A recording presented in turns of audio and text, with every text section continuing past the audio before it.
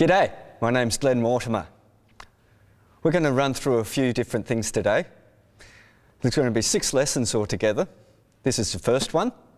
And we're going to run through just the basics of drumming. And I know that a lot of people out there have always wanted to know what are the basics of drumming. Well, there's 3 basic rudiments, okay? The first one is single stroke rolls, double stroke rolls, second, and thirdly, the parradiddle. Now, out of these 3, I believe that you're going to be able to find all the different aspects of drumming and all the different combinations that you could possibly come up with. Everything's just a combination of single strokes and double stroke rolls. And when you play the parradiddle, you see what a perfect combination of both singles and doubles it is.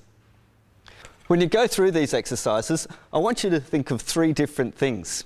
They are, first of all, I want you to be thinking of hitting the drum in a straight line. Now I know that sounds really basic, but a lot of people, they move around like this, you know, and they don't have a direct intention from here directly to the drum, okay? And this is going to make things a lot more efficient when you go to speed things up later. The second thing I want you to look at is how high the sticks are going. Don't be so concerned with the impact on the drum. That's incidental. That's going to happen naturally. The stick is just naturally going to hit the drum if you lift it up. But what you need to be more concerned is how high the sticks are coming. You want both the sticks to be coming up to the same height. That way you're going to get an equal stroke from left to right. The third thing I want you to be looking at is where you're actually aiming on the drum. I want you to try and keep your right hand in the same spot on the drum, somewhere to the right of the drum preferably, and your left hand somewhere to the left of the drum, but hitting the same spot over and over again. That way you're going to get a consistent sound out of the drum, and the single stroke roll and the double stroke roll is going to sound a lot more smoother. So if you look at those 3 things as you're practicing, you're going to find, most importantly, that you're not going to get bored out of your brain. Because practicing these things, I tell you what, when I was young, I thought it was pretty boring. So I tried to make it a lot more interesting by thinking about these 3 different aspects. As you practice these 3 basic rudiments, I want you to start them very slowly.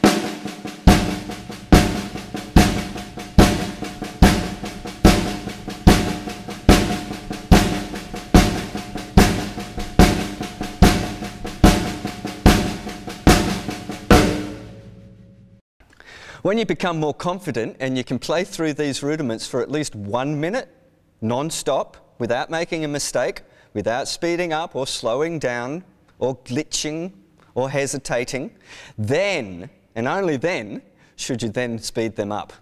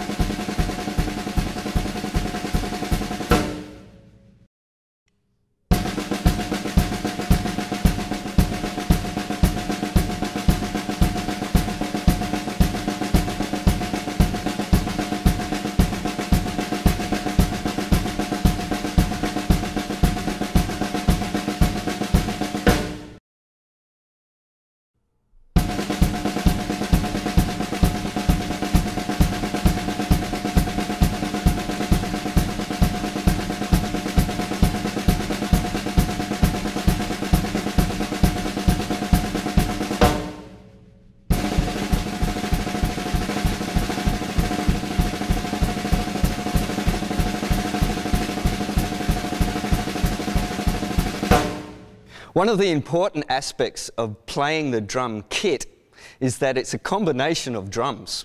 You've got a whole selection of different drums here to pick from. You don't have to just play these rudiments on one drum. You can start to move around the drums. Start to move around the drums in an orderly fashion. So selecting, say, 4 strokes on the snare drum and then another 4 on one of the toms, another 4 on the snare and another 4 on that tom, and keep that pattern going repetitively.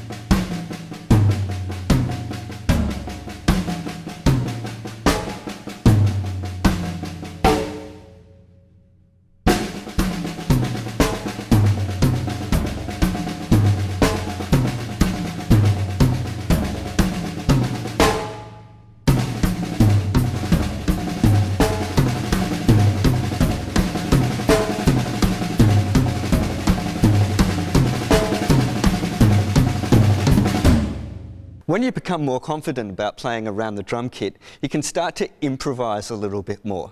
And you can start to move around the drums in an improvised manner, which means that you haven't got a repetitive pattern going on, that you're not always going snare drum, small tom, snare drum, small tom, snare drum, small tom, that you start moving around and you start to come up with some musical ideas, because toms, they have a melody to them. Each one's tuned to a note, and you have 4 or 5 toms there. You can actually have what's called a pentatonic scale out of 5 different notes.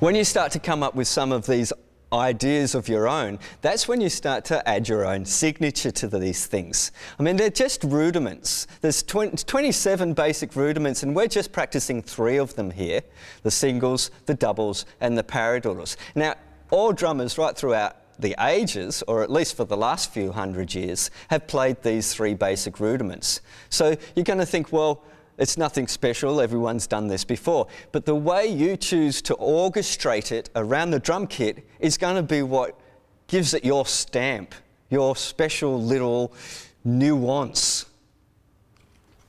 As you practice these, I want you to become more confident and speed up going around the drum kit.